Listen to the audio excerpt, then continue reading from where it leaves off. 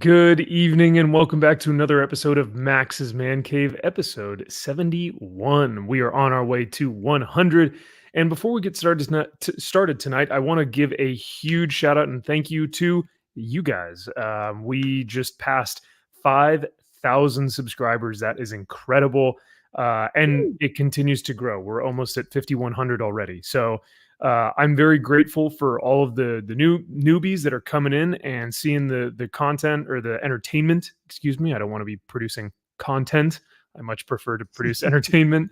And like I said, I'm just really excited to see new faces, have new subscribers, grow the channel. Because ultimately that's that's a lot of the fun aspect about building this fellowship here on YouTube. So thank you guys for the newest subscriber count of 5K, and we're on our way to 10K. So joining me tonight is Josh and Drew, and yes, unfortunately or fortunately, no Aaron Sparrow. So no, I'm kidding. I know, right? Yes, Aaron Sparrow is at a beautiful convention, a lovely convention. I'm a little bit jealous, but that's all right. So he will not be able to make it tonight. But our intro question, guys, if you could live in any fictional setting, sci-fi, fantasy, post-apocalyptic, whatever it may be, where would you probably live in? Where would you want to be? Where would you thrive in? Josh? You're the well, you both are writers, so you guys would probably know. Can I say the Wizarding World of Harry Potter? Really? Yeah, dude, I think that's what you would choose? Hell yeah, that would be a blast. Are you kidding me? That's more like sorcery. Like it's not really fantasy. It's specifically the Harry Potter world. Yeah. That's lame. Harry Potter's lame. Oh. No, but that's fair. Why would you choose Harry Potter though? No, I think just being in that world with that type of magic would be a lot of fun. Having Quidditch, I think would be a lot of fun. Oh yeah. J.K. Rowling did such a good job of world building, and kind of creating. I don't want to say different cultures, but different environments. You've got Hogwarts, and they've got their own environment, but then you have Bobaton Academy, Crumb and his school. Like it's a lot of really interesting and cool stuff. Ministry of Magic could be a pretty pimping place to work for. I'm down. And the creatures, man, the creatures. Come on. The Dementors, they were everywhere. No, fuck the Dementors. No, I don't. That's negative. But like a hippogriff and stuff, that'd be awesome. Okay, hippogriffs are pretty damn cool. I'll admit that's cool. So you are House Ravenclaw, right? Hell yeah. Even though most people would be like, Josh is a Hufflepuff. No, they wouldn't. Oh, nice. Okay. Yeah, I'm a nerd, dude. Okay. So what does Ravenclaw entail? All the Harry Potter nerds in the chat are probably like, actually, Ravenclaw's, well, because I know zero about Harry Potter. So the three key words for Ravenclaw is wit, wisdom, and intelligence. Oh, okay. But they're kind of known. Monocle. Well, they're kind of known for also being the a little morally gray, because they will analytically weigh out situations for what is the best. Okay. So yeah, like Gryffindor is more of like the good guys, valor. Yeah, they're the type thing. But that can also lead to being pompous as well. Hufflepuff is more like loyalty, tree huggers. Those get the hell out of here. Hufflepuff, those homos. And then Slytherin, which typically gets classified as the evil group, but they're not all evil. They're just misunderstood. They're misunderstood. Yeah, guys.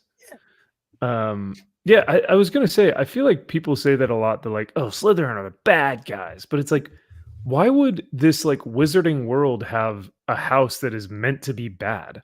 If they're all living together, that makes no sense to have all like one villainous house and then all the others are like good guys, right?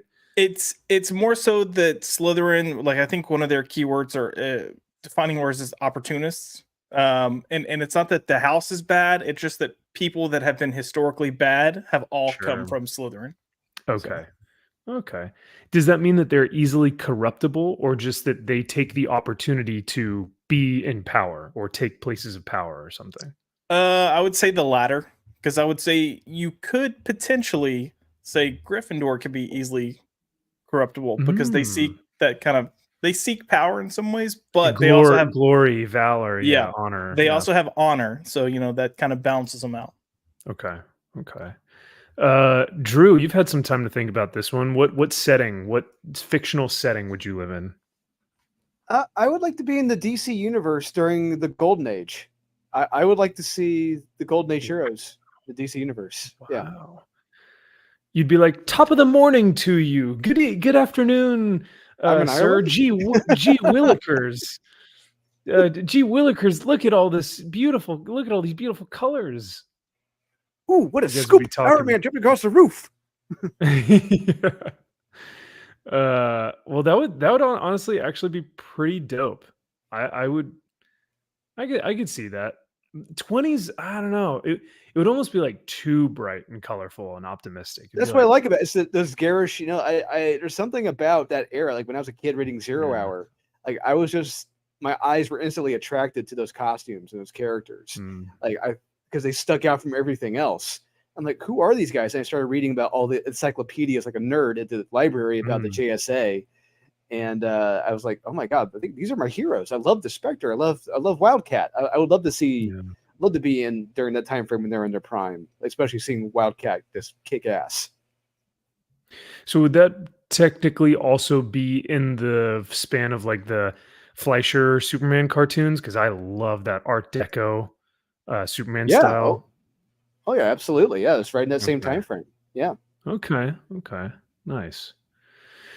Um, yeah, I would you know what? I would almost say there's like a part of me that's like, "Oh yeah, the Warhammer 40K universe, that's so cool." But at the same time, I'm like, why would I want to live in that? Because that everyone wants to kill each other.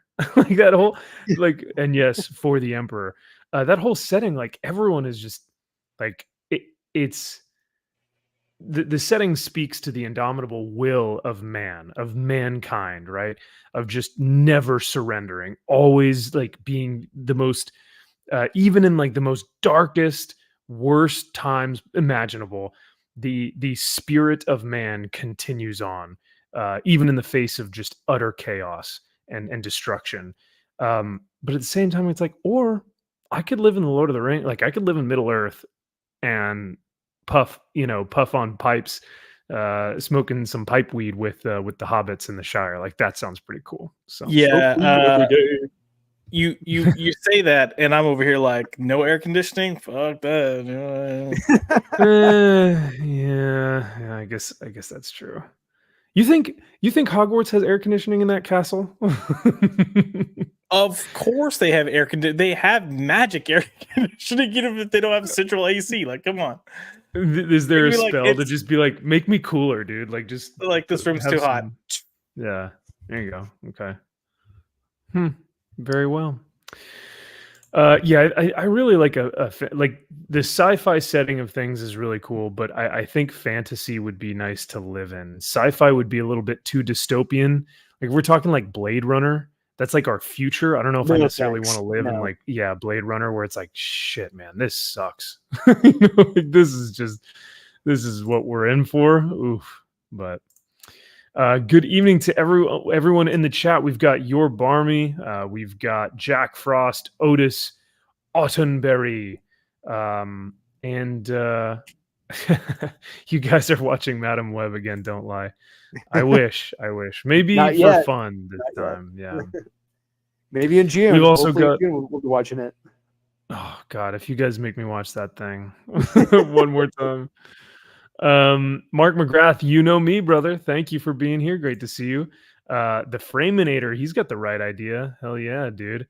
And then I wanted to so this is another great question I wanted to start off the night with. Since we're talking X-Men, who is your favorite X character? Banshee. Oh, that's right. Yeah, you like Banshee. Okay, so why him? I don't because my family's Irish. Okay. One thing, but there's something about like because I remember reading the classic. I remember I have the Essential X-Men. I remember being in Mm, seventh or eighth grade and reading the Essential X-Men Volume 1 when Dave Cockrum and John Byrne were on the run with the art, and I loved how John Byrne portrayed Banshee. He always mm, in that power, just like when you see how John Byrne would just show Banshee just screaming into something or someone. It looked powerful, it looked explosive, and I love that. And I love that idea of like a sonic scream and being able to fly. That's just cool. And he had the most badass moment, and honestly, in my opinion, of one of the most badass moments of the X-Men right next to Thunderbird. It's when Moses Magnum was getting ready to he had a volcano, was getting ready to erupt it, and Banshee pretty much sacrificed his voice to take out the mm. volcano to blow it That's up, right. and he couldn't speak for the longest time because of that. And how how John Byrne drew it, it looked like, I mean, you could tell Sean Cassidy was going to lose his voice. He was just going to, like, his face was going to blow from screaming for that long. It was just great stuff, and he's been my favorite since then. Hell yeah. That's I like that reasoning. And I think it's cool to hear what everyone's favorite aspects of their characters are. Um, Josh, why are you putting this in my chat? Ravenclaw's the best. They're the best automatically. I don't have a say in this. Come on. You don't even know who's what and why and where and when. Exactly. So how can I be? How can I associate with someone who's automatically saying these things in my chat? No, I'm I kidding. mean, look, you'd be Gryffindor. It's fine. We'll accept it. I was gonna say I would want to be Gryffindor, but then I don't know what I would actually get. So we'll see. Josh, do you have a favorite X-Men? Yeah. I mean, honestly, I've always kind of been partial to Colossus and Nightcrawler. I Mm, like their temperament and their heart yeah. because I think they both have really good hearts. Because especially with Colossus, he's like a big oaf, but he's like lovable and does art and is caring and Yeah. his personality kind of juxtaposes like his abilities and his power. Yeah. Also, if Nick Bosa were to ever be an X-Men, it would clearly be Colossus. So Get your gay fantasies out of my X-Men comics, Josh. No, I'm kidding. but that's what X-Men is, man. That's what they've always been. Don't you know? Yeah, yeah, bro. They've always been a sexual allegory for me pegging Colossus. Come on. Tell, No, I'm kidding. tell me you don't read comics without telling me you don't read comics. How can you be so media illiterate, bro? Yeah. Yeah, bro. Actually, the voice would be, "You are so media illiterate," and then my voice would be, "Bro, you don't even understand, bro." I'm gonna go No. super. I'm gonna go super basic, bitch. I think I'm gonna say Wolvie and Cyclops. Not only is their feud one of the most notable feuds within the X-Men dynamic between the hot-headed kind of insecure Wolvie and the confident, almost know-it-all, right? Leader, strong-headed leader of Cyclops. Ultimately, these two guys want what's best for the team, and yet both of them fight against each other. Oh no, what are you doing? Gene. Oh, that is also what some people in this space have adapted and have said, "Oh well, Cyclops and Wolverine and Jean are in a polyamorous relationship." It's like, shut the fuck up, dude. No, Oh, they yeah. are Well, yeah, not. according to Jonathan Hickman, they are because we saw that house hut Burger King Kids Club Oh, layout of how they have God. their 3 rooms connected. Burger King Yeah. layout. Yeah. No, I think that whole dynamic is interesting, but I do not find the love triangle of them being poly to be anything I want to even recognize. But he does whine. He does. Cyclops whines a lot, especially in the animated series. He's a Yeah. little. They made him a little whiny, Well, hey, but heavy's the head that wears the crown. He's the leader. He's the make. absolutely. Yeah, so you need someone to vent to now and then. That's a lot of responsibility. And Cyclops is like you, Max. Cyclops was my second favorite, right behind Banshee. Hmm. Hmm. Yeah, yeah. Yeah, a lot of people don't give Cyclops the credit he deserves for being like the tactician, like the tactical Mhm. leader of the group. That's really kind of I mean, he's right. He's the backbone, and heavy is the crown. Yeah.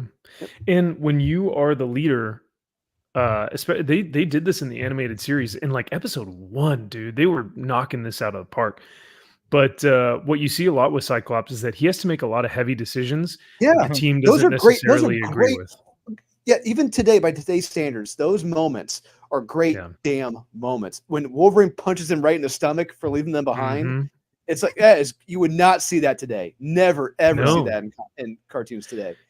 And he just Because Cyclops loses it. He's like, "I've taken enough from you." It's like, "Oh yeah. shit, they're getting ready to throw down. This is great." But It yeah, you understand. Like he has to sacrifice for it's like that greater good. The uh-huh. needs of the many outweigh the needs of the few. Unfortunately, we've got to go. We've got to retreat. We can't sacrifice everyone for these two. Yeah. It's heartbreaking, man. Like you said, I Yeah. think, Cyclops is maybe maybe the Slytherin of the X-Men because everyone just sees him as this like villainous little bitch and or this whiny, kind of. And though there are aspects of that, maybe in some storylines and some animated series episodes, for the most part, I think Cyclops' heart and his courage and his leadership. I mean, he led both teams. The dude led the original team and he led the second team that initially came in. And Professor X anointed him as the leader of both. He was like, they're going to need you. So it's not just Cyclops anointing himself as, oh, I'm going to be big dick here and just like lead you guys. Xavier was the one who said, no, you are the one that's going to put the glue to this team, and that speaks for him. That speaks for itself. So I don't know, I just think he's a cool character that maybe doesn't get a lot of love, but And now I the mean, X-Men have no leaders, and it's a disorganized, shit pile. So yeah. What But I are you talking mean, about? They've got Jordan White leading them. Come on now. Oh, that's right. And now guys, and- Gail, and- Yeah. Gail Simone will be writing. Yeah. Yeah. and we got It's Colossus great. and Nightcrawler as murdering psychopaths gleefully. Oh, Isn't that God. great? Yay. Isn't that And lovely? the best thing of all, they're murdering uh they're murdering Republicans. No, I'm kidding. Well, that's what the book is trying to entail. That's what it's trying to hint at a little bit. So And Murdering humans, chat, the if you biggest. would on that, I was gonna say chat. On that note, if you'd like to send some super chats, we definitely just got demonetized. yeah, right. If that didn't do it, no, actually, YouTube likes that. So Oh, that's right. That's right. Yeah, so If if we we said said the another other political one, group, yeah. yeah, Yeah. absolutely. Mark says the Canuck and the Cuck. Hey, I mean, well, Making knuckles. to be fair, Wolvie is actually kind of the cuck for a lot of those situations. So, because Cyclops gets the girl. Yeah. The thing is, though, I do love me some Wolvie. I think Wolvie is my favorite Marvel character of all time. Him and Silver Surfer are like neck and neck. They're right there. But those are probably my two favorite. And yes, Jack Frost. It's all right. I am a bigot. It's just that's just yep. After doing 71 of these live shows, yeah, I think that's fair to say. And then we've also got Jacob Ironside. What's going on, brother? Good to see you. Thank you for being there. And then American Discord says, what is everyone watching this on? Only see Josh and Otis active in chat on YouTube. So I think that is Mr. Shelby Robertson. That is the great inker Shelby Robertson right there. Oh wow. That is he's the gentleman inking that project I showed you guys some of those pages to. Just letting you know. Excellent. Oh, that is awesome. Well, Shelby, Mr. Robertson, thank you for being here. Welcome. If you're watching this on Facebook, I think most people tend to watch this on YouTube.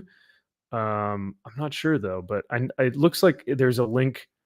Drew, I think you have this link to Facebook and YouTube, so we may be dual streaming here. So yeah. All right. Well, let's get into speaking of X-Men. Let's get into our first topic of the night. Now, I know most people probably already saw this just for the headline itself, but we do have to discuss this because how could you not? I'm looking at myself. I'm like, I shave my neck. Get out of here. Drew, you got a neck beard? You let that thing go past your Let me turn on the jawline? camera. You guys, let me turn on the camera. Maybe you guys could tell me. Is it? Guess No, it's that's good. clean. That's looking clean, man. Hmm. Yeah, I think we're all looking clean there. Yeah. I think Yeah, we're no, good. I've got my weekend laziness that's come in a little bit, but that'll be gone by That's all tomorrow right. morning. Yeah, that's all right. Well, then, hey guys, we passed. Then this article isn't for us. Then cool, good. I'm glad. Whew. Whew, that was close. That was a close one. Mary Sue almost got us. Yeah, the Mary Sue. Oh my god. So for those of you who don't know, the Mary Sue it has now become just a troll site at this point. I think that's pretty much. I think someone related it to a dying animal. When an animal knows that it is dying and it is in its last throes of life, it will begin to attack whatever it is that's trying to kill it and try and just get its last blows in. And I think this is where the Mary Sue is effectively at. They're just trying to come up with the most clickbaity, trolly, worst, just degenerate headlines and titles that you you're can right, think Max. of. It's like how are with sites like Vice and BuzzFeed going out of business, going bankruptcy. How is the Mary Sue still alive? I do not understand that. They must have someone just their pockets must just be filled and just must be investing into this thing. Who knows? But the funny thing about this article is that, of course, none of this is really. We could like sit here and in good faith like respond to all of this criticism or respond to all of these points. But realistically, why would we give this thing the time of day when Rachel Leishman, if you go on her Twitter, it's just a cesspool. There's nothing of note. There's nothing of real interest or of any intelligence there. For us to actually like address these points, we would have to have like a good faith discussion and find commonality in some of these things. But with an article that is meant to divide people, that is meant to just ostracize an entire fan base from reading the X-Men, there's really no use. You know what I mean? But we will look at some of these because some of these are easily debunked or at least discussed on. I watched between MVP and Drew's channel. I found Drew through Nerdette's News Stand. Oh, sweet. Nice, Otis. Glad to hear that. Nice. So I was gonna say, let's see. So the first line, sometimes the men with patchy beards overflowing onto their necks, you know the ones who champion Comicsgate. Oh wow, are we in 2018 again? Say the most baffling and least self-aware things. Least self-aware. Oof. All right. Like how they don't want the X-Men to be woke, quote unquote woke. Let us look at what comics legend Chris Claremont said about the X-Men in 1982. So she basically discusses how, the X-Men have always been woke. It's this conversation has gone on ad nauseum at this point.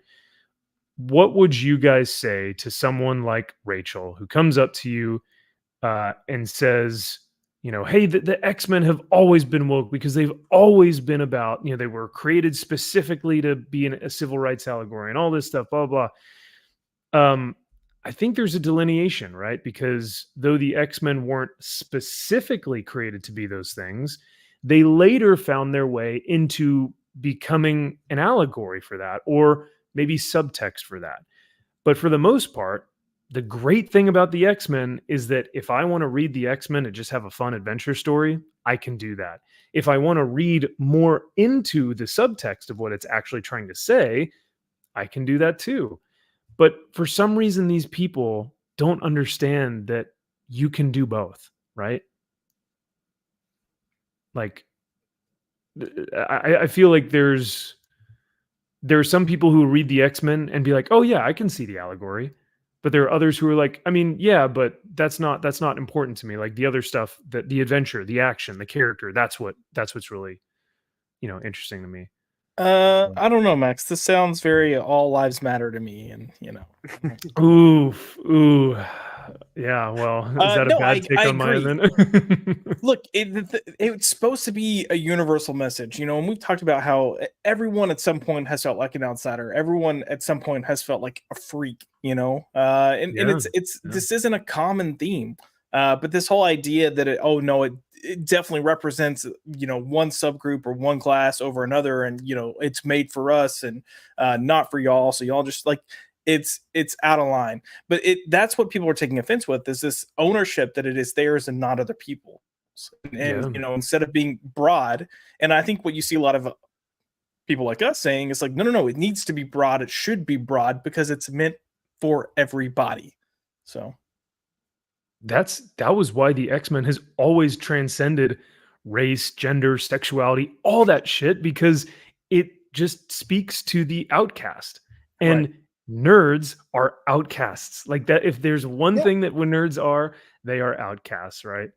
So yeah, that's what Stanley said. He said, if you felt different in any way, if you ever felt different, you you are an X-Man. That's how it was. You could link with the X-Men, and yeah. yeah, every single person in history at some point or another has felt different in some way. Mhm. Anyone can relate to the X-Men. Anyone should be able to relate to the X-Men, not a certain group. Yeah. And what's so funny is like what this article doesn't realize that it's doing, and you guys both hit the nail on the head. Everyone at some point has felt like they don't fit in or they don't belong or they don't whatever, right? And that is why the X-Men speaks to so many people. But what's funny about this is she equates Republicans with the alt-right. Like she's basically saying that both of these people are just synonymous with each other. That anyone who is Republican, anyone who is like right of center is immediately a Republican and an alt-right and someone who is trying to destroy the X-Men or claim that it's woke or whatever. But what's funny is that by doing that, she's ostracizing and marginalizing that community, which she says the X-Men are for. So she's like, oh, the X-Men have always been about marginalized communities. But then she makes Republicans in the quote unquote alt-right marginalized because she's like, it's not for you. You aren't part of this. It's like it does, it's so much of just projection and it's a lot of look at yourself in a mirror type of thing. The other thing that she claims is that these clowns never understand the things that they claim to love. Rachel, show us your long boxes, right? Like, I guarantee you watched the X-Men show in '93 and had a blast. Do you understand what the X-Men are? And even I if you guarantee. I mean, do, she's probably just thinking of the X-Men in the recent, probably the last 15, 20 years, But if you go back before that, like Richard Meyer has said, and plenty of times, there are plenty of weird stories out there, whether they're fighting the Brood and it's yeah, weird, wacky alien invasions. They're going through a damn mirror and weird things are happening to them in a mirror. They're living in Australia. There's plenty of weird, wacky shit that happens in the X-Men. And, and it's moments like this that they're talking about where it's like, yeah, they're there, but it's pretty much like they're pretty on the nose with it when it does happen. yes, yeah. And yeah, and I don't think anyone had any issues with that. Like No, it never. never felt heavy-handed to me, at least when I was reading them, the The at least only the one that 80s I say stuff. that's like really, the only one that was really, really heavy handed was God Love Man Kills. And that was Oh, that they're was intentional. clearly very intentional, yeah. And that's what Chris Claremont wanted. He like specifically Yeah. stated, he's like, this is what I want this to be. I want this to be an allegory for this in particular, right? And that's fine. But then the activist SJW, liberal type of individual, then they co-opted that and said, well, that's what the X-Men have always been. And then they just said, oh, well, this is what it always is. Whereas whether you're Republican, liberal, or Democrat, doesn't matter. Most people have always just seen the X-Men as just the fun action team up Yeah. series that you always felt like you could rely on. So And the other thing to remember is, like, a case in point right there, Cyclops. All right, people are different or ostracized. All right, having a different skin color, that's one thing. Being able to blow off someone's body by just by looking at them, that's something completely different. All right, there's two differences here. It's like, it's not like you're just like saying you're gay or a different skin color. Like, you blew off someone's head. All right, I think as a parent, you would be a little concerned about that. Like, do I want my kid around someone who could like literally kill my kid just by looking at them? It's a little different. It's one of those things. Just really think about that argument here. Yeah, right. It's like, oh, I'm this skin color, or I'm this sexuality, so I'm just like Cyclops, and it's like, well, not really, Yeah. Oh, I also struggle with who I am. Am I like Wolverine? It's like, yes and no. Like, Wolverine has a healing factor and adamantium bones, but like, sure, yeah, like, yes, there are differences. Yeah, right. Oh, hey guys, I'm short too. Get it? Yeah. All that being said, this was just a large jerk fest of it. It read like a journal entry. It read like Rachel was just blowing off steam, sitting on a train somewhere on public transport and just raging about it, posting this on Twitter or making a journal entry. And then she's like, you know what? I could actually make this into an article. And then just decided to do that. So, Dear Diary, today I was on Twitter and I saw some conservative asshole say he's a little nervous about X-Men 97. Dear Diary, I hope all those neck-bearded chuds who are living in their basements love this article I'm about to come out with. Yeah, that tends to be the conversation. But I am genuinely curious. No one has talked about this aspect of the article. What if we invited Rachel onto a show, right? I invite her on and I go, hey, I legitimately want to talk to you about this. I think this would be a really good discussion. Could we come to a commonality? Could I have her on the show and say, hey, here's what Stan has said about the X-Men. Here's what Jack Kirby has said about the X-Men. Here's what Chris Claremont has said about the X-Men. Let's look at these facts. But can we at least agree that the X-Men truly are for everyone? And that means Republicans, right? Like, would she even concede to the notion that the X-Men have literally been for everyone for the past however many decades? I don't think she could do that. I'll put $10 down now and say no. She would not do that. Right? Yeah. I will put $20 down now and say yes. But she's gonna be like, of course, everyone's represented by the X-Men. I mean, who do you think the Brotherhood of Mutants are supposed to represent? Clearly, Republicans. She would be like, right? Yeah, no, Magneto is an allegory for Trump or something. It's like, oh my God. Yep. Here's the thing. Where's red? They're red. Come on. Here's the thing, and this is what's sad that this world and day and age has come to. You can't have conversation. Oh, she doesn't have the pause. Well, both those comments you showed. Those are great. Allegedly, Rachel could be. This is we don't know. We shouldn't assume. We don't know. Yeah, I don't know. Rachel could talk like this. Hi, my name's Rachel. Rachel could talk like Tina. Yeah. Tina. Like I think as much as I would love to be able to have conversations where people come to a conversation in good faith, I think so many people already have their mind made up. They're not willing to be open-minded to hear or have an actual discussion. So their whole time is going to be, well, no, this is how I'm going to prove you wrong. And if you walk into any conversation with that mindset or that attitude, you're not going to have a productive conversation. If you're there to prove somebody wrong, or you're there to respond, you're not going to receive anything that someone's telling you. And what's bad is, like, we might gain perspective that we don't have if they would actually come and have a normal conversation, but they can't.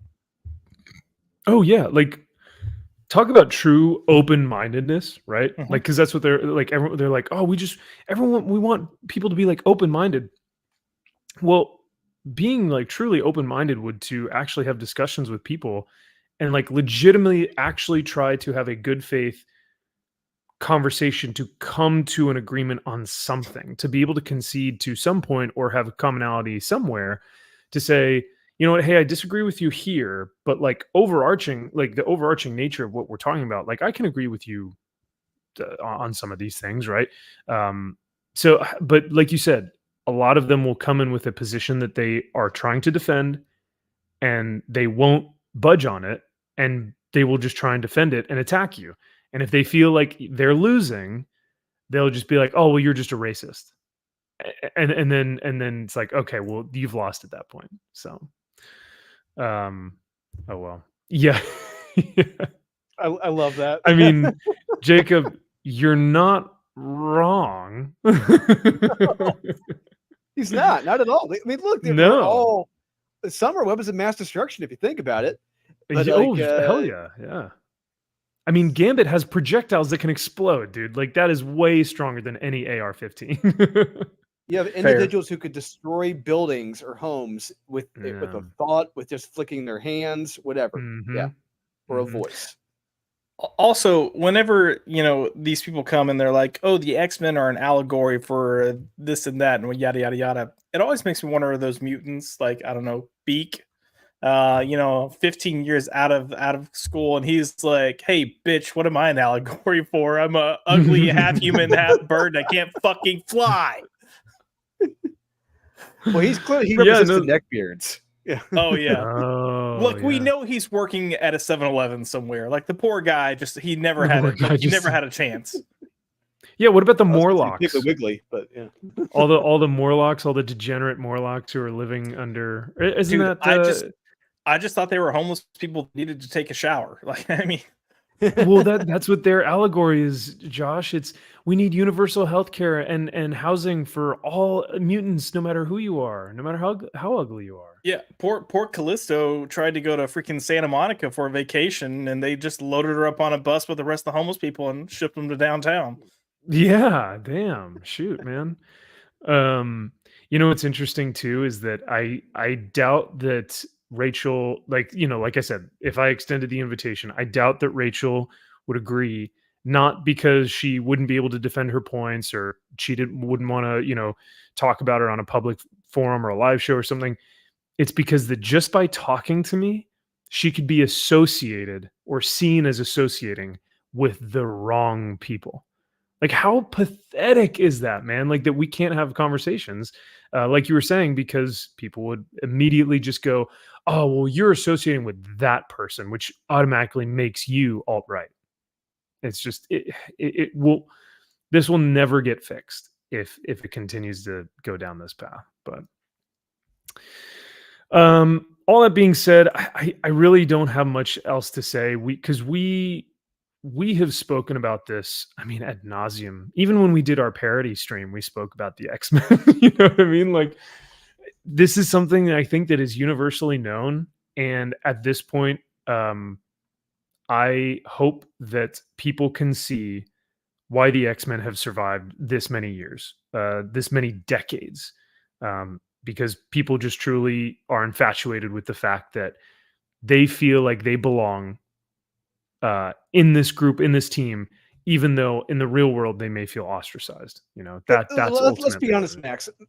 Let's be honest. Let's if the X-Men today, the comics today of X-Men, were what was happening in the 1960s. Let's say they have this current run of X-Men in the 1960s.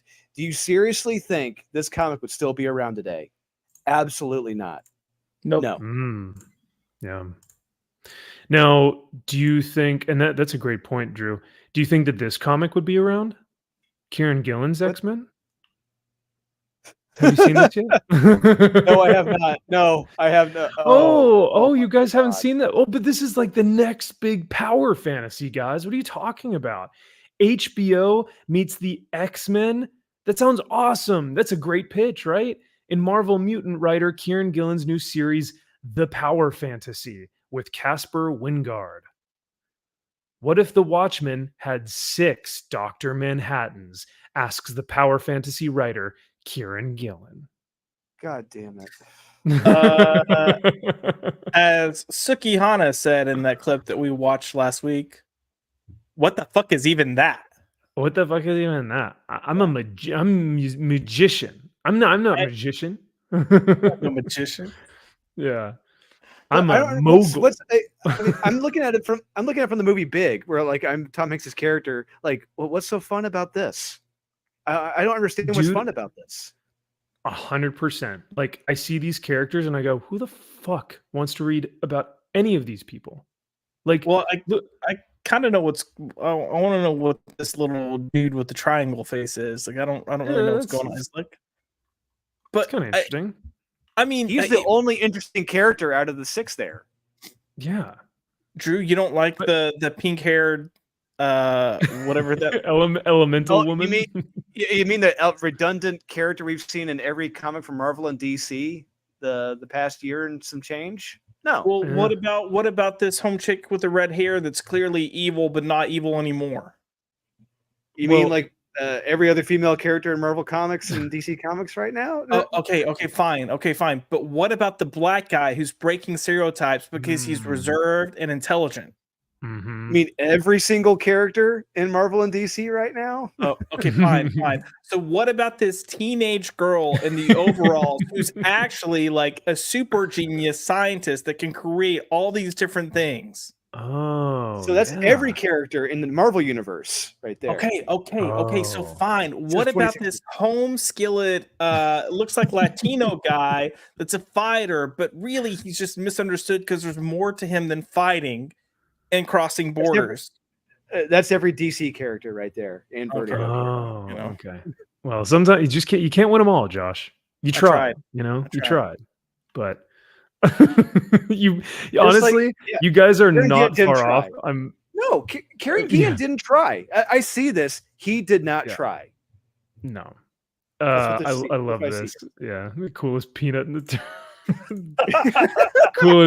the coolest nugget of corn. Yeah, and the turd. Yep, just about. That sounds about right.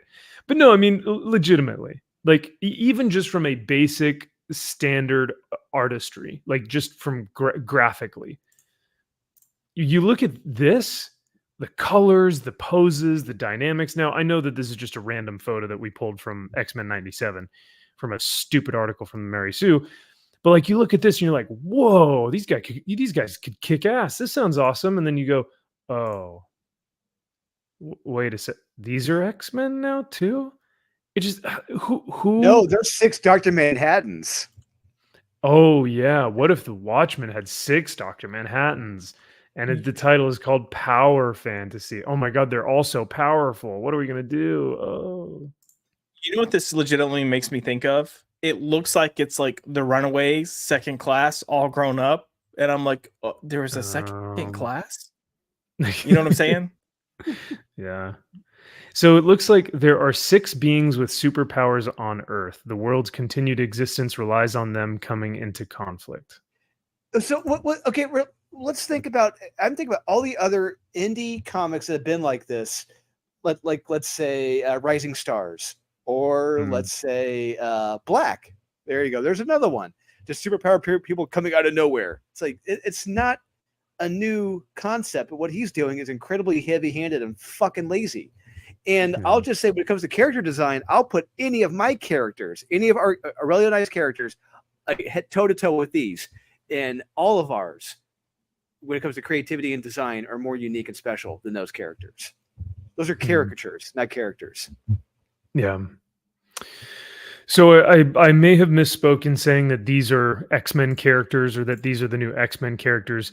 I think what they are trying to say is that this comes after conquering time and space with the X-Men on his previous writing assignments. Because right. Because it then says the answer was revealed at Emerald City Comic Con with the announcement of the Power Fantasy by Immortal X-Men and the Wicked the Divine writer Kieran Gillen. He says, we really didn't want to do capes. We wanted to feel more grounded with these characters. Fuck off. God damn it. Grounded and gritty and dark. Yeah, let's go back to let's go back to 2000, like 2003, 2002, back when capes and all that weren't cool, costumes weren't cool. We're putting them in all fucking black leather, street clothes. Fuck off. Have fun with it. Get crazy with it. You're not even trying. It's just like this basic bitch shit. I don't understand what this is for. It's basic bitch shit. That's what this is. Look, all I've got to say is if I wake up tomorrow and I have telekinetic abilities, you better believe the first thing I'm going to do is make myself a fucking costume. All right? Dude, and now hell listen, my stories might still be grounded, but I'm wearing a fucking kick-ass costume. Hell yeah. I want to look cool, Yes. man. I want to look bad. I'm going to put together a sick costume. And it won't be joggers and a black shirt. I promise. Okay. Go ahead. Oh, yeah. So I was just gonna say this is all just a fucking Netflix pitch. That's all this is. Oh, you know what it is? It is I want to get hired for Hollywood. That is what this is.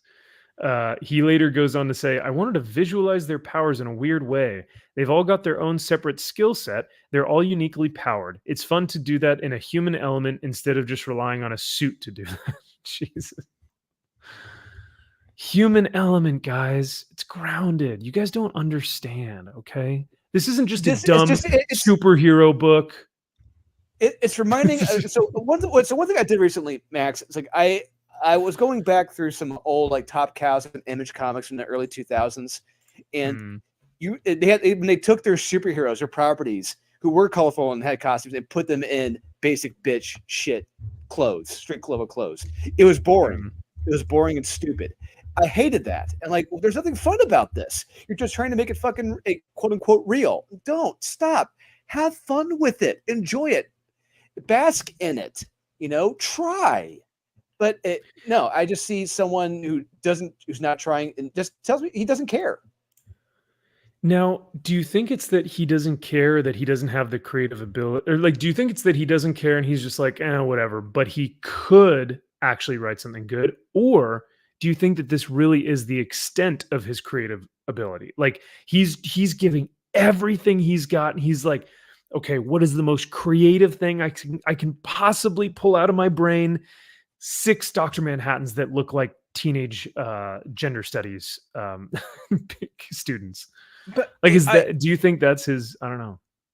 So did he actually say Dr. Manhattans, or is this whoever's writing this article just being a retard? Because they're referencing X-Men, they're referencing Dr. Manhattan, but these people have all these people have different powers. So it looks like he did. Okay, quote, there it is. Yeah, it's as if if Watchmen had 6 Dr. Manhattans? Yeah, so you can stop reading Immortal X-Men and jump over to read this and see what happens next. It's as if what if Watchmen had 6 Dr. Manhattans? Yeah. So. That just sounds boring. I mean, look, if Watchmen was just Dr. Manhattan, just all Dr. Manhattans, I would have been boring as shit. Yeah, there's no way I could have survived reading that series.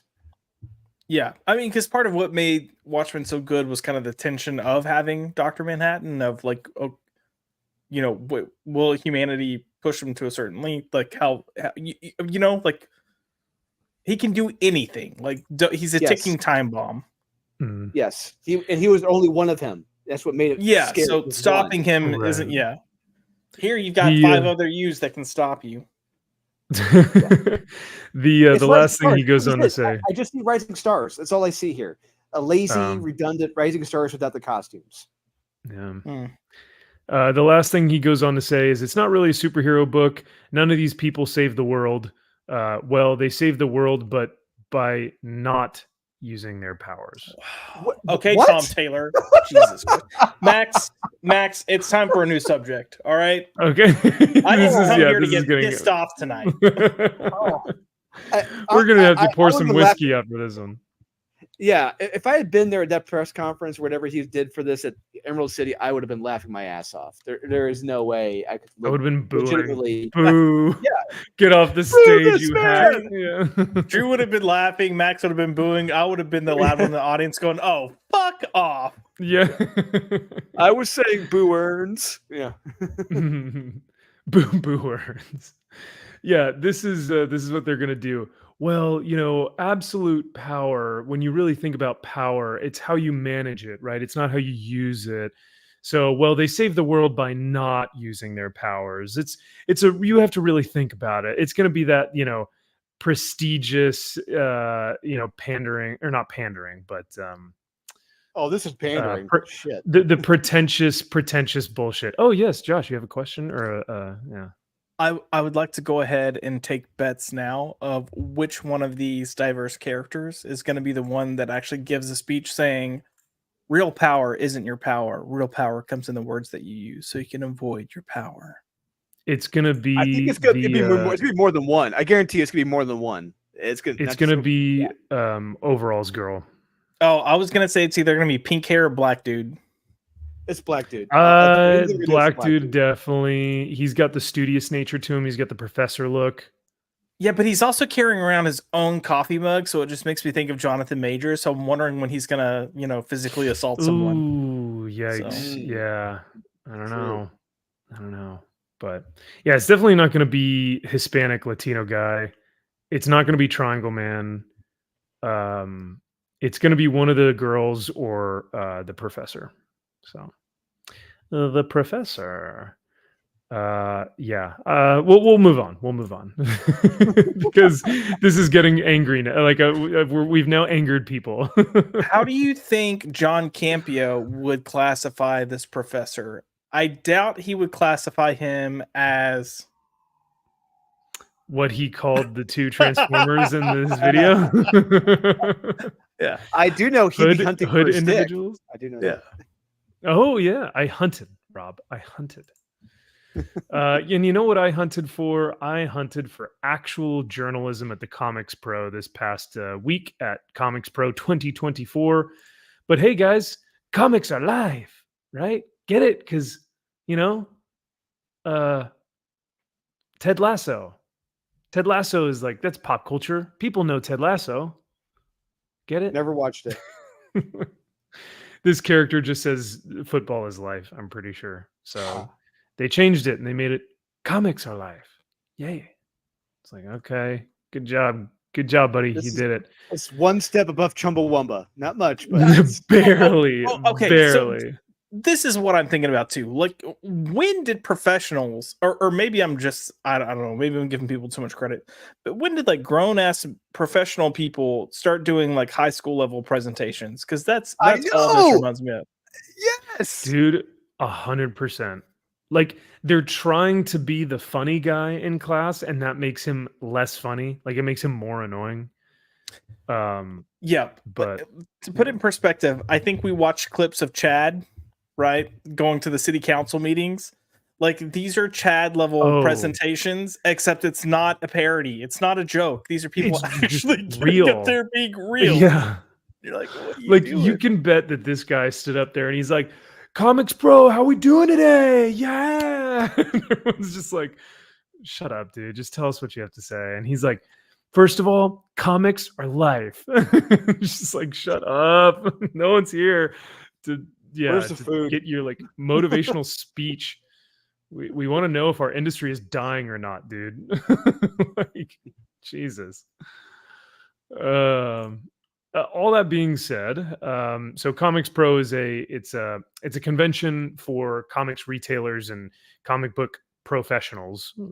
Comics Pro, and Heidi McDonald writes on the Publishers Weekly, just kind of summarizing what's going on at Comics Pro and what some of the individuals said here. In her second paragraph, she says, the meeting came at a particularly unsettled time for the North American comics publish industry. Graphic novel sales are down, and she links to this article, which says manga and graphic novel sales are keeping the comics biz kicking. So, okay, that's the first thing.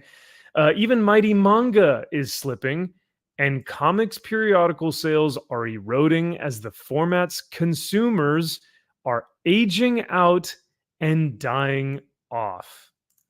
So essentially she's saying that all the 30, 40, 50, and 60-year-old, even 70-year-old collectors right now that are trying to read comic books are dying. Like, they're literally like they're just falling off and dying, even though they have more disposable income. Disposable income. Thank you. I was about to say passive income, but no, disposable income than they've ever had before. And yet Heidi is disingenuously saying, "Oh, these guys don't really want to read comics anymore. They found something else. They're into manga and video games." And it's like, bro, you have no idea. You are running people out of the industry and you don't even know it. When you Drew, I think you had read this before our stream. When you had heard that or read that, what was the first thing that came to your mind? If she knew how many of those buyers are still around, one, and two, just how much money they will spend on books, it would make her shut up in a heartbeat. If she saw how much these buyers who are dying, quote unquote, dying out, were spending on live streams, she'd be shocked. They're there. They know what they want, but the mainstream Marvel and DC, they're not giving it to them. If they are, they're variant covers. Honestly, I mean, we got to be honest here. The variant cover business right now is huge. There are variant covers out the wazoo for any title now. More often than not, any title now will have at least 2 covers, in some cases 3. And a lot of times they're just chasing those hot artists, and those are selling. A lot of them aren't even reading the books. But we have to acknowledge that. But she is completely disingenuous with this. They are there. They know what they want, but the big 2, they're just going out of the way to not give it to them. Yeah, it feels like it's such a simple thing. It's like, hey, just make your stories better. Hire better writers, hire better artists. And yet she's like, oh, people just don't want to read comics anymore. And it's like, nope, we still want to read them. And you've still got a massive audience that wants to read them. But instead you're deciding to make variant covers for divorced dentists. So it's like, come on. This is interesting. So manga is still comics. I may actually disagree with this. I think manga as a book is like a comic book or comic format. But when you think of traditional Western comic book sales, I'm saying that is the floppy. That is the monthly periodical, and those sales are infinitely down, are decreasing daily.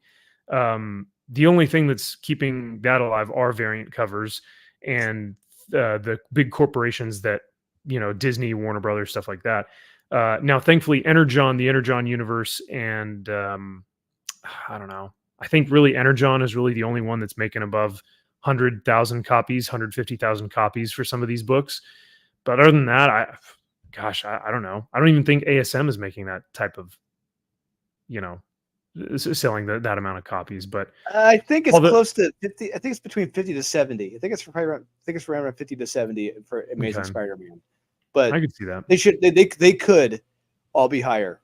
ASM could be higher, Batman could be higher, Superman could be higher. They all could be, but they won't be. They're not. And in the comments, a lot of these people who do have the money, they're going to Kickstarter, they're going to Indiegogo, they're going to Zoop, going to creators, who are giving them a product that they're legitimately interested in. Those who are legitimately trying to tell a fun story with cool covers, they'll spend that money on it. They are there, but Heidi's being completely disingenuous about it. Jack clarified his statement real quick before we. Yes. Yeah. Thank you, brother. He says I was responding to the statement that we don't read comics and have moved on to manga and video games. I guess, you're right. I should have clarified when I meant that people, or the statement that people aren't reading comics anymore. It seems very disingenuous because you're right. Like manga is technically a form of comic book. But yeah, thank you for clarifying that, because it gets very muddled, especially when you look at comic book sales numbers and people are like, oh, that also includes graphic novel sales. And it's like, does it?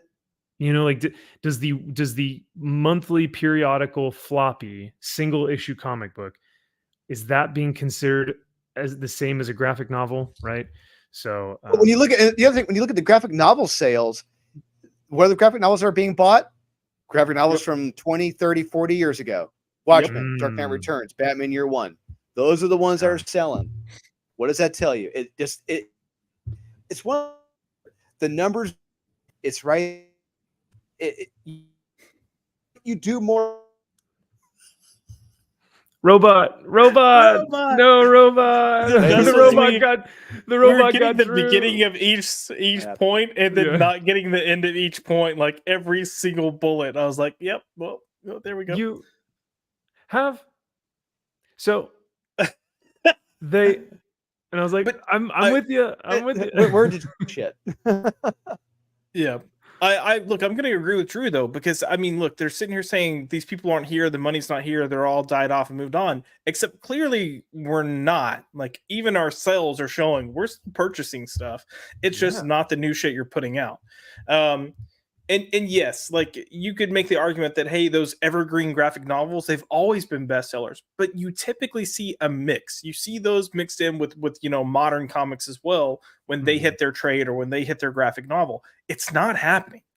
And also kind of a counterpoint to this is Ultimate Spider-Man. Like Oh, the newest one? yeah.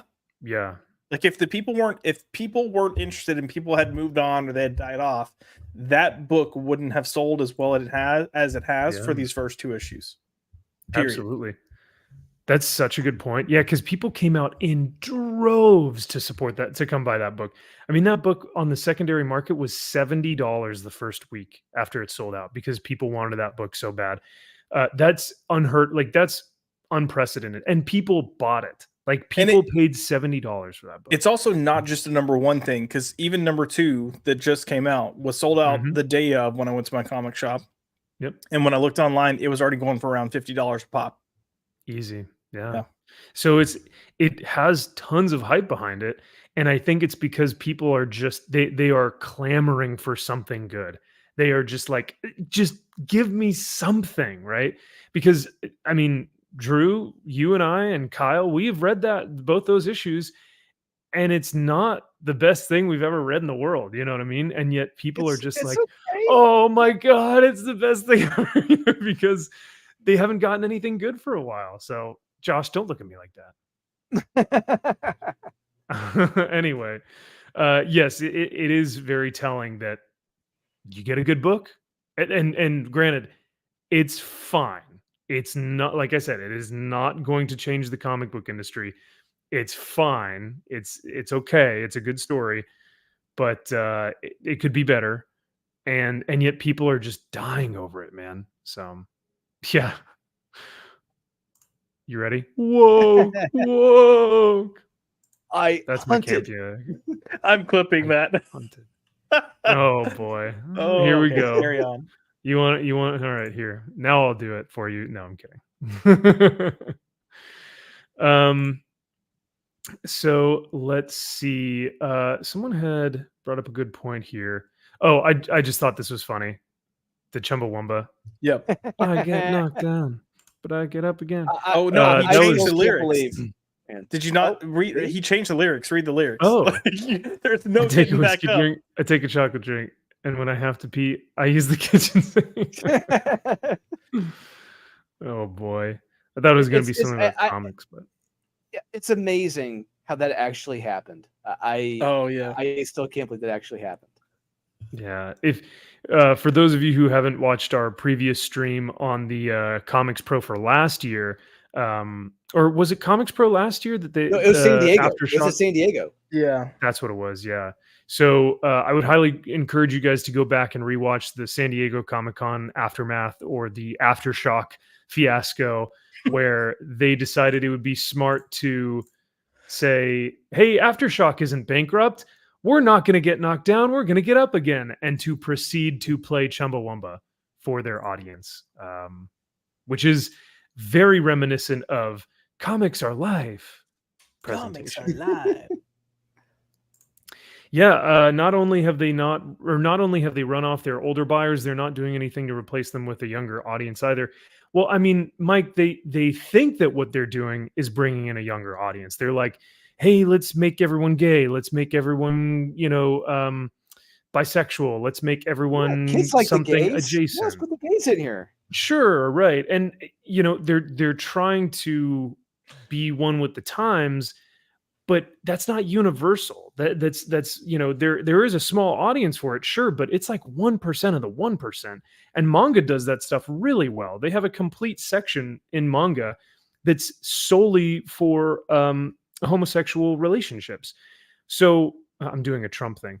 It's for homosexual relationships. But I just noticed my hands were doing this, and I was like, oh God. For me?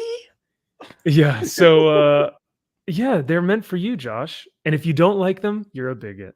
So no. Like, oh well, that's not fun. So yeah, like I feel like it's like out of touch people who are saying like this will get the kids in here. And it's like, just write good stories, man. Kids will come out for good stories. They came out in droves in the 90s because it was just fun, action-packed, like muscle men hitting each other. With garish You know, like costumes. yeah, Yes. with awesome costumes and fun dialogue. It's like it's With really killer not a art. simple Yeah. equation. Yeah. Oh, that was the big one. Killer art too. Yeah. Well, what's crazy about this too is this whole like getting a new audience in is both DC and Marvel has spent the past 10 years trying to hit the YA audience, making books that are specifically YA comic books. And it's failed. Like it's failed other than Prime and some of the Raven and Beast Boy books, nothing has done well. And still they think that they're gonna like manage this somehow. And I'm like, after 4 to 5 years of not seeing success as someone who's running a business, you should have realized, okay, we need to change course. Like we neglected our core audience for this, and it's not working. They're not coming into comics. So Yeah. Next. And that's what's crazy, man, is that like they know who the core audience. I guarantee you, they know that this neck bearded, mom's basement Republican, whatever. They know that that's a large part of their core audience. Maybe not even necessarily Republican, but just like older white dudes. They know that that's who is buying their comics, and yet they refuse. They continually push back, and they are like, no, I don't want to sell this to straight cis white dudes. We don't want to. We don't want that to be our audience anymore. And they've succeeded. Most of us have left and found something else. But Crowdfunding. we're out there, So crowdfunding, manga, video games. For me, it's been Warhammer. So yeah, I mean, that's what happens. Speaking of Warhammer, Darian Murphy. What's going on, Darian? Thank you for being here. He says, where do you get your 40K figures and paints? I have a local hobby shop that's maybe 15 minutes away from me. And so I go there. So if you can find a Games Workshop close to you and support your local hobby shop or your comic shop, I normally get it there. I tend not to get, if I can get it from there, I go there. If not, Amazon. If I'm trying to find older stuff that may be out of print, eBay's pretty good. If you want 3D printings of things, you can go to Etsy. I've gotten some stuff from Etsy before that's turned out to be beautiful. So yeah, just depends on what you're looking for. But I would say try and find a Games Workshop. Go to your local hobby shop. Zax. Oh my gosh. We got to give a shout out to our man Zax. Bro, my dude.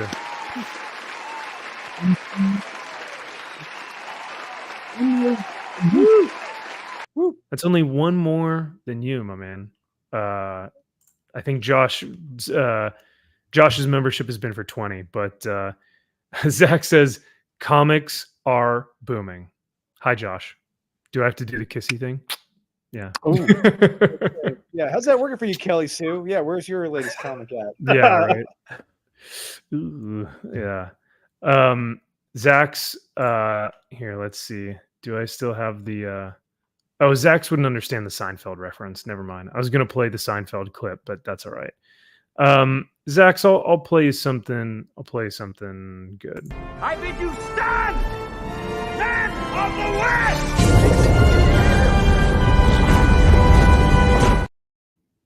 Thank you, sir.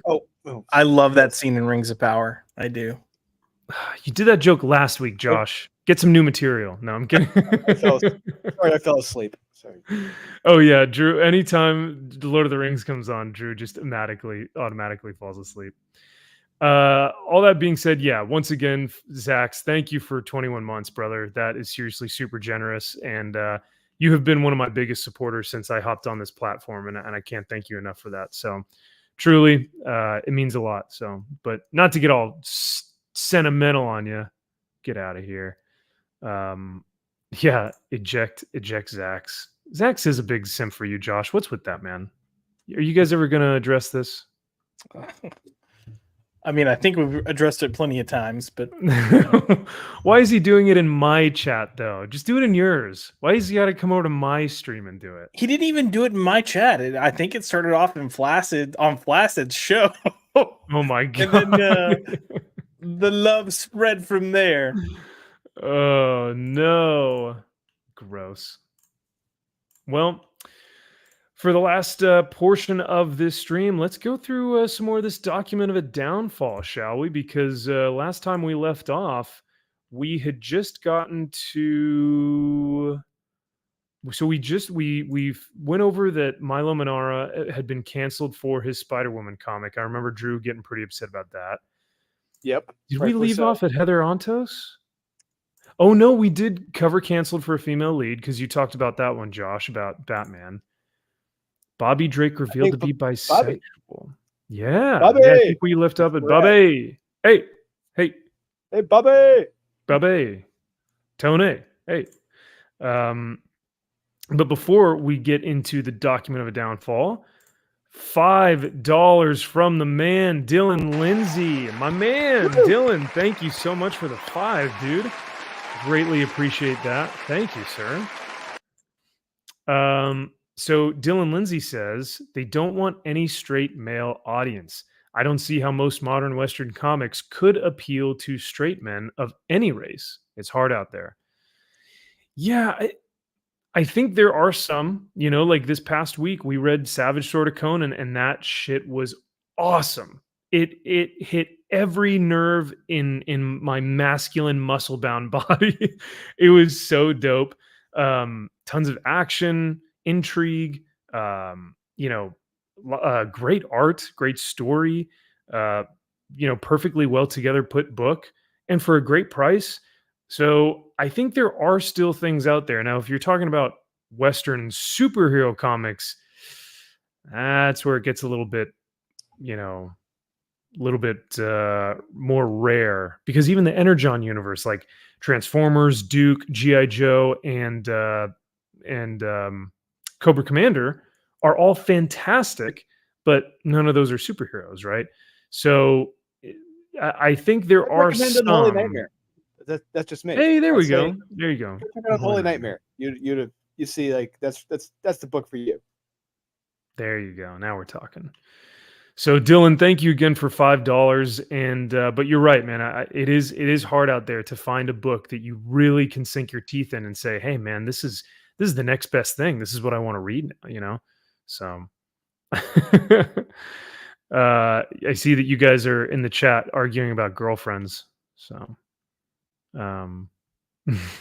thanks, Josh. What did you say? Oh, there we go. One day I'll find a girlfriend, maybe. Right. It's tough out there. We're gonna find you a nice stripper in Vegas, Max. That's what we're gonna do. Her name will be Destiny, or Diamond, or Crystal, or Diamond, or Crystal, Crystal, or like the champagne. That's right. And or honestly, Juniper. Any one of those sound better than the women here in California. So, like Jadzia Axelrod, like Jadzia Axelrod, because Jadzia. Let's just say Jadzia is probably my height. So. Hey, Max, I'm going to side with you. Even though I don't live in California, but I would be terrified for my life to date a woman out there. Like, I would have to have like a contract in place. Like, hey, you're not going to sue me for rape or anything like this if we go on a date and it doesn't go right or whatever, right? Okay. Yeah, or like you're not going to tarnish my entire reputation online if like I hold your hand, right? Like that. Yes. We don't have to like sign a consensual agreement or something just to hold your hand. Is that like what we have to do? Dude, my church had the audacity. This is off topic. I'm sorry, but I have to say this real quick. My church had the audacity to say that current men that the men currently who are single are too afraid to ask a woman out, not because they're afraid of the potential, like, oh, the woman will claim that he sexually abused her or something, or oh, because they'll get called patriarchal or bigoted or misogynistic or sexist, which happens most of the time in California. They had the audacity to say that men are afraid of asking women out because, one, they have fragile male egos. Those were the words that were used in the sermon. Or that they were going to be friend zoned, and they were too afraid of being in the friend zone. Those were the two reasons that men are not asking women out right now. And I was like, No. really? Yeah, No. just no. I don't even have to prove it to you. Just no. Just I wouldn't even have a follow-up. Nope. Oh well. So anyway, sorry, that's my little rant. So yeah, Bobby Drake revealed to be bisexual. All new X-Men number 40. Do I have to find the clip of the guy going like, "This is just the best comic ever"? It's the first comic ever read. Oh yeah, it's the first comic you ever read. That's right. Yeah. First of all, the fact that he's quote unquote bisexual is nothing but damage control, trying to soften the blow of let's forcibly turn a character gay so we can check a box. Yeah. Secondly, that comic is shit. The follow-up that Cena Grace did with the Iceman book is shit, and Bobby Drake has just been shit ever since. that was a perfect. I don't even need to say anything else. That was perfect. Yeah. I mean, look, all the character is now is he like runs by in the background being like, "Ha bitch, bye bitch." Yeah. Like, oh, yeah. Okay. That was all he did in that comic book. I wonder, they should actually link the comic, because this links to the ABC News article, but they should link the comic book here too, so that people can actually like read it, because that shit was just out of nowhere. And I love the explanation though, or I love the result, because he does what happened, where it was, who the people that were like integral in the in making this happen, and then what was like the result, or what was the cultural relevance. And he says obliteration of 50 plus years of continuity. Yeah. But no, Josh, it was repressed homosexuality. Oh, right? yeah. Okay, sure. All right, I guess. Also, can we talk about how it hasn't even been a decade yet. So 8 to 9 years, they have turned Bobby into the biggest gay hoe ever. Dude, Like, how many people has he been with? He is like sleeping around with everyone. Yeah, if Bunny Barracks were a thing in the X-Men universe, or Barrack Bunny was a thing in the X-Men universe, Bobby. It's like, how is he not caught something at this point? How is he not caught an STD? Oh, okay. That would so we kind of covered this whole like homosexuality topic and everything on Wes's channel Saturday morning, and they were talking about like it's becoming so predictable. Like, what's the next story going to be? And I wanted so badly to say, oh, it's going to be about how they don't have to worry about AIDS scares because they have Truvada. Truvada? What? Yeah. Truvada. It's like. Yeah, this is like it's the new drug that prevents HIV, and it's supposed to. Oh, but, I've not heard about this, but I thought you were talking about like a mutant gene or something. Yeah, no. Have you? Okay, time out. Y'all really haven't heard about this? You've never seen commercials? Okay, so there's PrEP and there's Truvada. I think it's Truvada. But it's supposed to prevent people from catching HIV. So if you ever thought the gay community were like debaucherous little hoes before, it's even worse now. Like, it's bad. Well, I did see something, maybe because here in California, Governor Newsom, Lizard Man himself, maybe was promoting PrEP or something. And plus here in California, it's not, or it is legal for you to not disclose your sexual transmitted disease. Like, you cannot tell someone, and that is still legal, which sounds counterintuitive, but that is what's here in California. So, yep. Which, by the way, don't cancel us. we have someone here that can speak for this Oh, like more shit. than Yeah, anyone. my So bad. Oh my god! So like they have this thing called prep now, and it's like the best thing ever because I can sleep with whoever I want without protection, and it's perfectly fine. Like forget the boy. fact that other things like I don't know what else. What are other STDs like gonorrhea? Like I guess you can get Ugh. that, but whatever. Ugh. Hashtag feel the burn. Like what? Oh no! Save it for when Maxi Pad Oh. is on and Ricky Rich is on. Rizzy Ricky Rich. Oh. Wait, is this an actual person? If it is, that Isn't is kind of ironic that Wiener is his last name. But isn't Scott Wiener the one that had that scandal? Oh, a that was while Anthony back? Weiner. That was in New York. Anthony That was Weiner. Anthony Okay. Weiner. oh, Yeah. okay.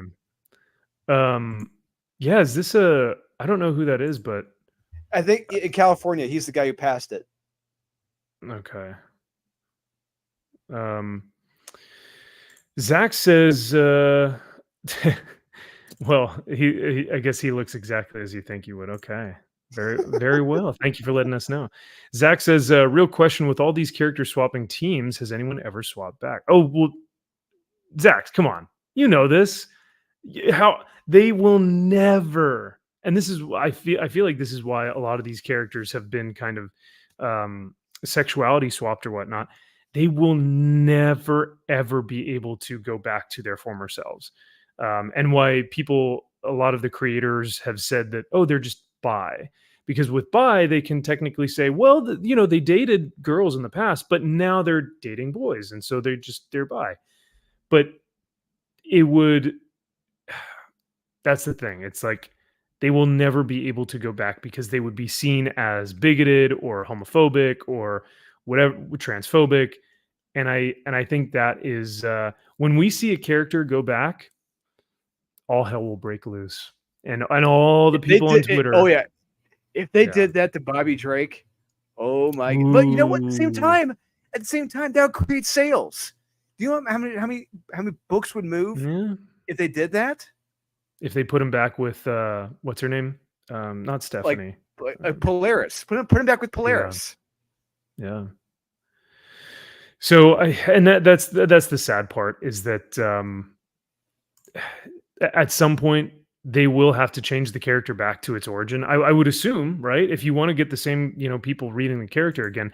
But the other sad thing about it too is that when they make Bobby Drake into a homosexual man, when they make Superboy into a bisexual man, when they make, all these different characters, right?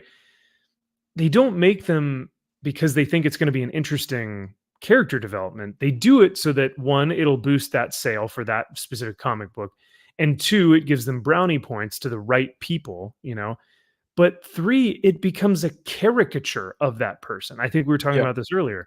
It's not an actual representation of a great, character who happens to be homosexual. It's just a caricature of, hey, y'all, I'm gay now. And it's like, wait a second. Is that just every gay person ever? Which is extremely demeaning and condescending and patronizing. But, oh, wow. If there is one character that they potentially could have gotten away with making gay, it is actually John Kent. But because he had no history. Oh, you think so? Because he didn't, there wasn't a background of him being straight. The problem is that was dead on arrival because too many people were already pissed off that Bendis aged him up. And then on top of that, they decided not to make him heroic because he never actually, fought crime. Scott Wiener people. Yeah, it was just, that's all you need to say. That's all you need to say. And then, by the way, that picture came from a website called Courage Score, which grades people based on their courage for their, I guess, political stances. And he has an A+ in the San Francisco market. So, but no, they also had John dating freaking Jay Nakamura, who we all know, if we're alive in this real world, would be supporting a certain group that starts with an H right now. Instead of the country that starts with an I. Oh, gotcha. I see what you're doing.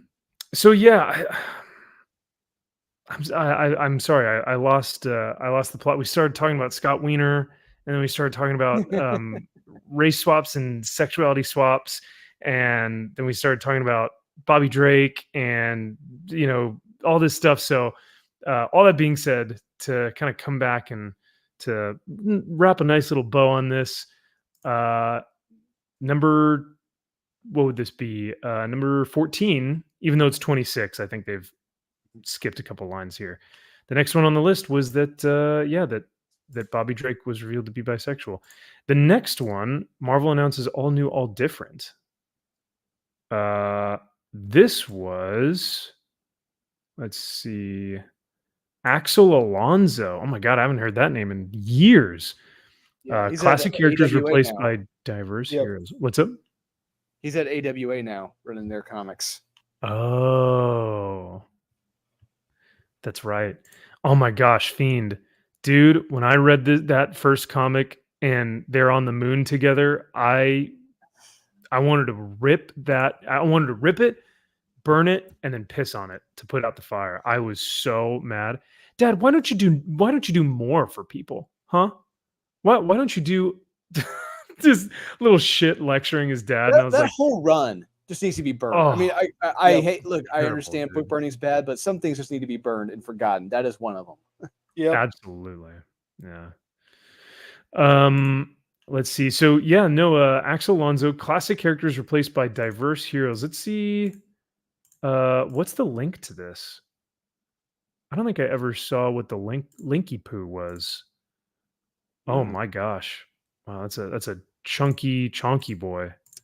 But yeah, I remember I was when that's when I had first met Sean at Comics Elite. Really, when the all new, all different era was kicking off, and I remember just how a lot of people just weren't interested. A lot of people wanted really nothing to do with it. Just the sales were just going down fast, Mhm. Yeah. and I just people like not buying the Riri Williams quote unquote Iron Man. Well, I think really the only one that was really doing kind of well was the Old Man Logan run that Yeah. Yadato on the art. That did okay, but some of the others, like no one was really buying it. Yeah, but even that was like riding the coattails, right? Yes, Like, oh, absolutely, yeah, absolutely. What I find interesting, so this was June 5th, 2015. So I was graduating college, or I'd already, or no, I was graduating college at this point in time. And I remember I had collected comics that my entire, 4 years that I was there. In that last year, I started to kind of cut back on my pull list, and I never really knew why. Like at the time, I didn't have words for it. I just kind of was like, no thanks. Like it just didn't interest me, right? Now I see, oh, I know why so many of these books like just didn't resonate with me. It's because everything just got changed for some sort of weird, ideological point, to go get a social credit score. And when I was looking at this, it wasn't because I was like, I don't want that black person in my comic book. That was never my thought process. I was just thinking, man, that just doesn't really look appealing to me. And like you said, Drew, I think that's how most people responded to All New, All Different.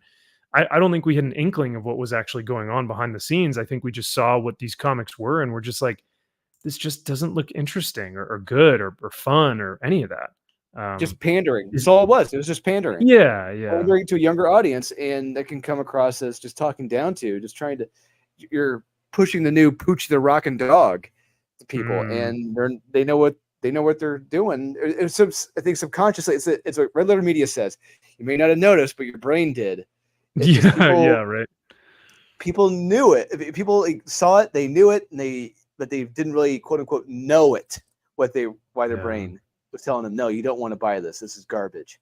And there's a reason why. Like not long after that, that's when DC Rebirth kicked off, and that's when Marvel did their version, quote unquote, Generations. To really like, oh yeah, no, we're bringing it back. We're bringing it back. Yeah, see, we're not just going to stick with Riri. We're bringing back Tony. It's like they course corrected. They knew there was a problem. Yeah. Before we move on to the next one, I got to give a huge shout out to our man Lane Kramer for $5 hairs. Dude, Lane, thank you so much, brother.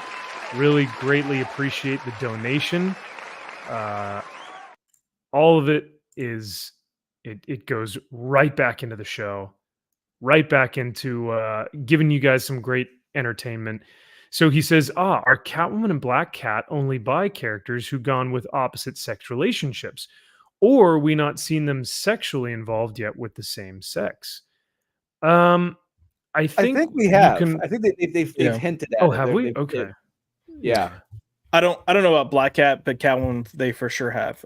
She had I can't think of the character's name now, but the Asian girl whose father was a mob boss that she was in a relationship Mhm. with.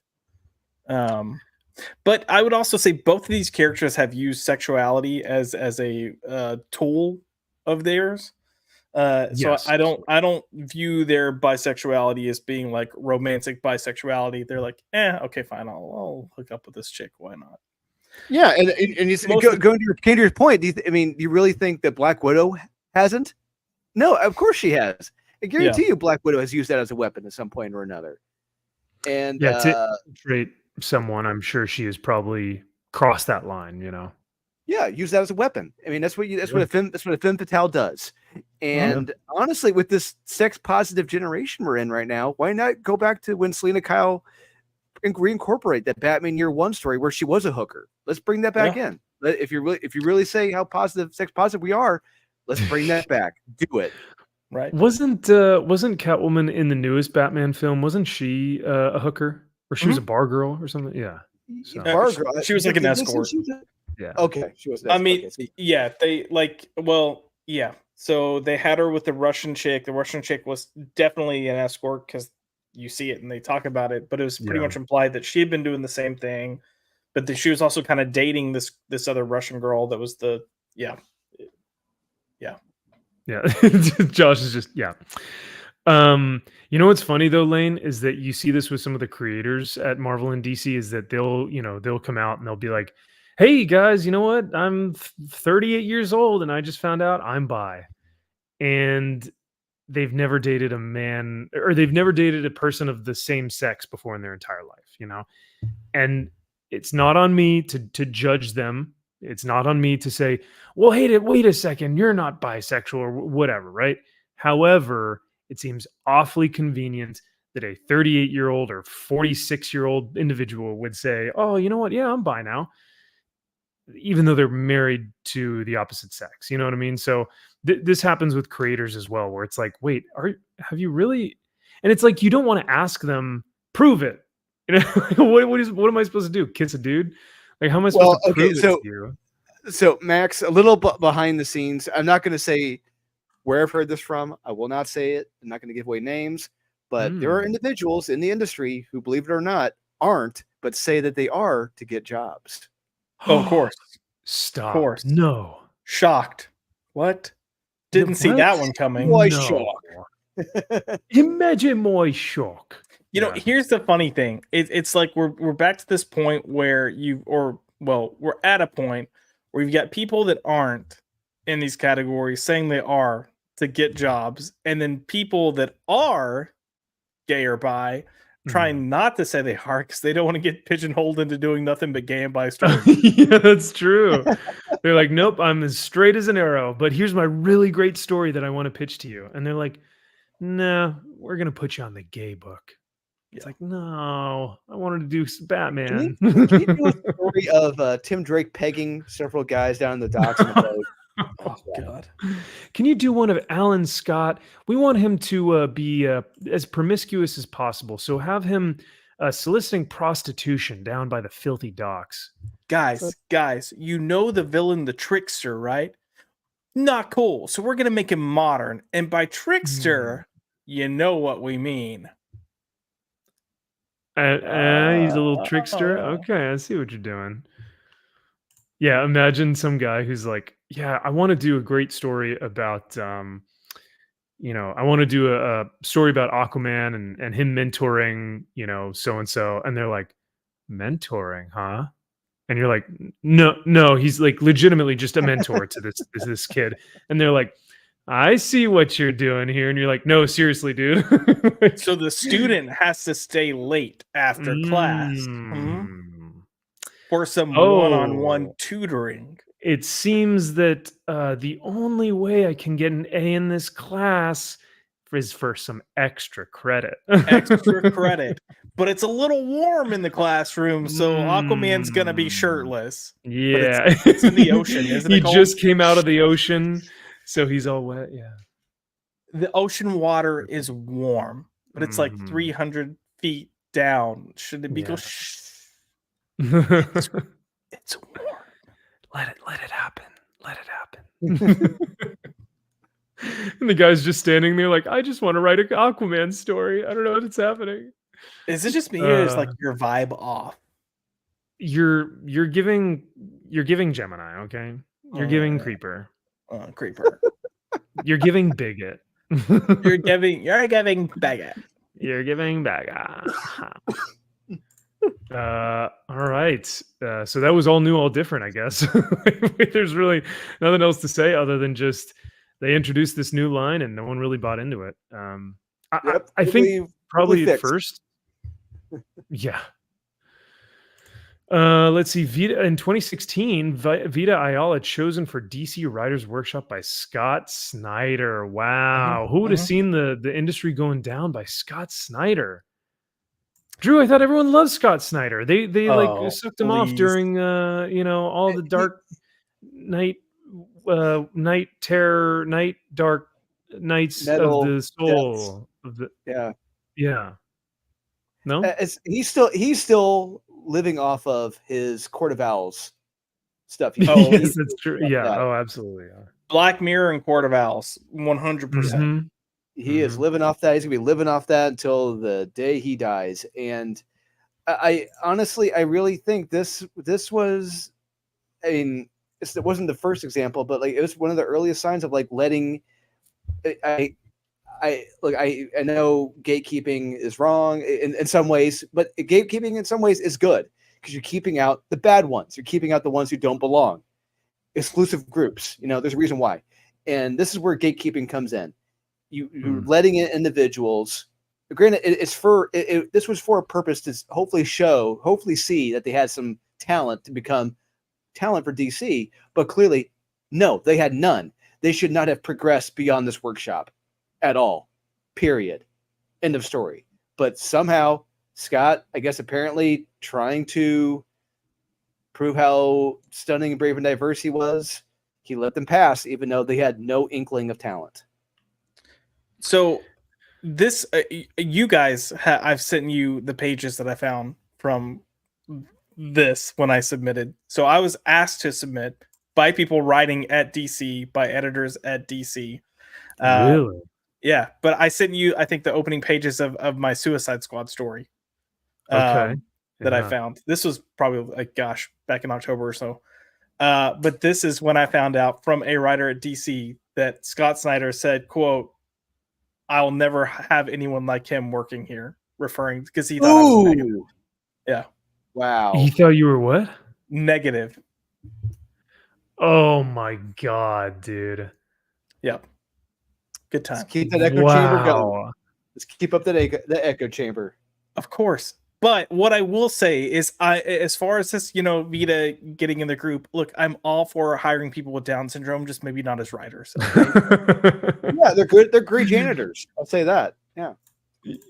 Actually, I've done events where I volunteered with kids with Down syndrome and mental retardation and whatnot, and those kids are awesome. Vita is not a fun person. Like, she sucks. No. Like, she is. She always is the Debbie Downer. She is the Debbie Downer. 100%. Well, Vita and her Danny Lore. Danny Lore. Yeah. Vita at least comes across as like bubbly, but she is constantly lecturing on Twitter and trying to, I believe it was Vita who coined the hey, we're looking for DC editors, but if you're white and cis and straight and male, no need to apply, right? Yeah, Vito was actually super chill at first, like super chill at first. Yeah. Really cool, had like a kind of cool like vibe, and then just I don't know what the hell happened, but Yeah. no. But yeah, Vita, I think, because you can even see in some of her like earlier initial interviews, she was more bubbly and more fun and more like, hey, I'm just chill. I'm just here to like write comics, whatever. But then Danny was like the dark cloud that was just like, everything is awful. We will all die. And it's like, Jesus, okay.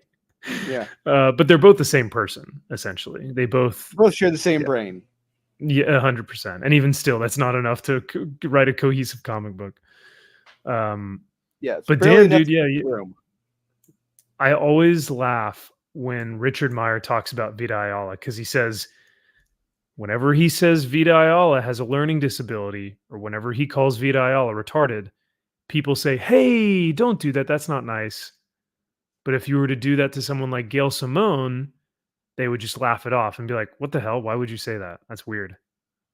So see the juxtaposition there? There's a difference when someone says, hey, that's not nice. It's like, you're kind of saying that you think it's so too. It's kind of true. You disagree there. Yeah. Yeah.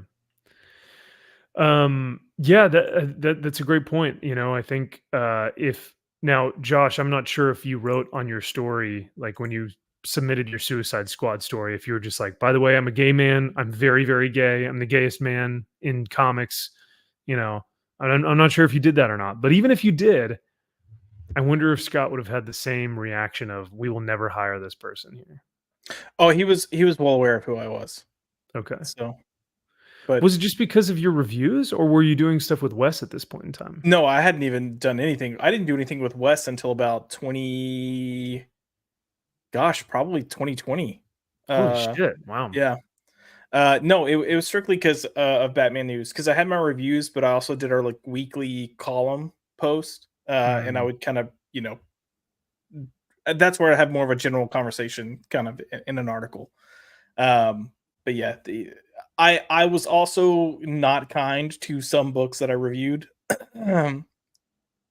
They deserved it. By Scott Snyder? No, well, oh, this actually came after the fact, but when he did, I think it came after this, but when he did All-Star Batman, we gave, and I didn't even write the review, we gave the issue like a 6.5 out of 10, which for us is still a positive review because 5 is mediocre. Yeah. And he actually called and did a quote unquote like little conference with us because he felt like it was an undeserving score, and he wanted to understand why we didn't like it. And I was very proud of the team at the time, because everyone just doubled down on their opinions of what they thought of it. So yeah. Well, and that's tough, because there's a part of me that's like, hey, a creator wanting to understand what they didn't like about something, bravo, dude. Like, if I were someone that I made something shitty and like, so, someone reviewed it, I got the opportunity to call them and actually have a conversation and be like, hey, could you like tell me more about this? Because I'd love to understand what you guys didn't like about it so I could get better. But it sounds like he wasn't doing that. It sounds like he was just saying, why don't you like how perfect I am? Like, why are you, like, pretty much. So, example, like I said, that was after. I mean, he was still on the main Batman series at that point when he was doing All-Star Batman. Was he? Right. So, yeah, I think so. Or he may have just finished it, or is right around that window of time when he may have just finished it, or was wrapping up his main Batman line. But back when he was still hot shit at DC, like he was still the guy, and I could see like he had all those people blowing smoke up his ass where everything was great and perfect, but there were some individuals who didn't think the same, who weren't living in the echo chamber. This was Rebirth, so Tom King was already on Batman. Okay. Yeah. This was when he had, like, I think JR doing part of the art. Yes, I remember that. Yeah, it was not good. Yeah, no, it wasn't good. So what's really interesting about this one too that I noticed is that the cultural significance, or like the impact that this had, was essentially he says diversity hiring for writers begins. Yeah. And I'm like, man, begins? That we're a quarter of the way through the list, and this is where it begins. But I guess he's right, because really oh my god. Samana Sana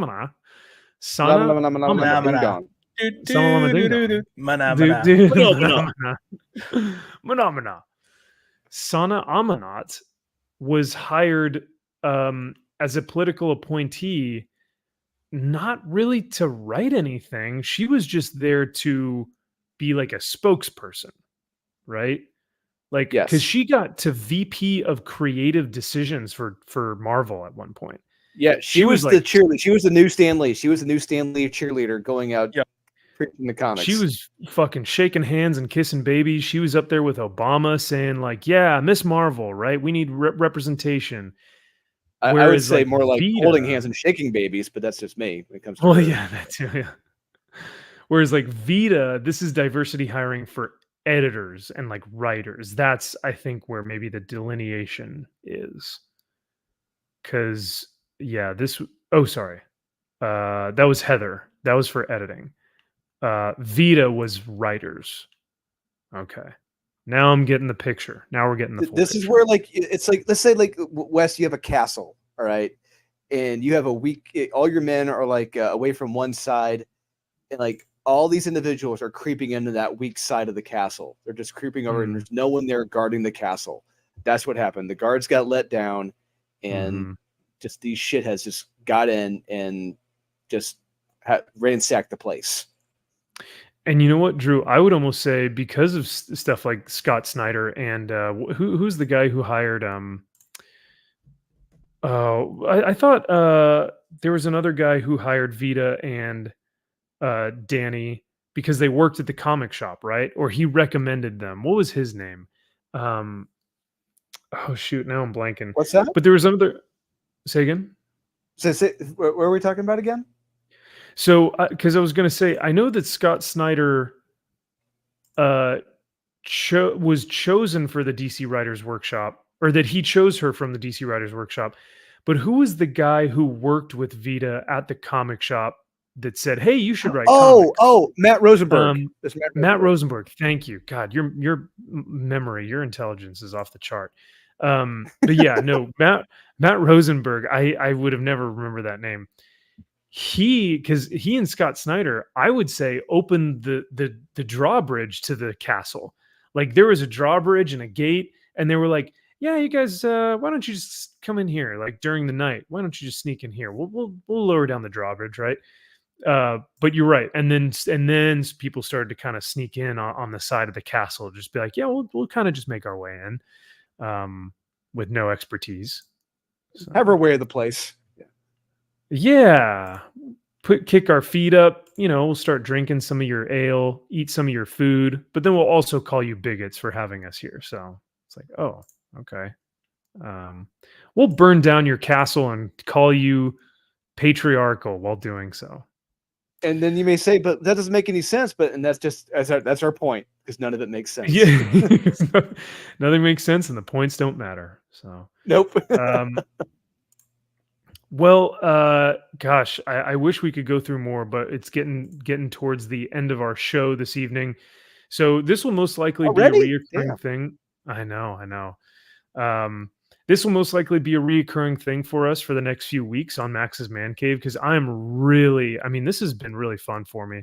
I hate to say fun, but at the same time, it's so like enlightening, and just to go over some of this stuff is really, really interesting.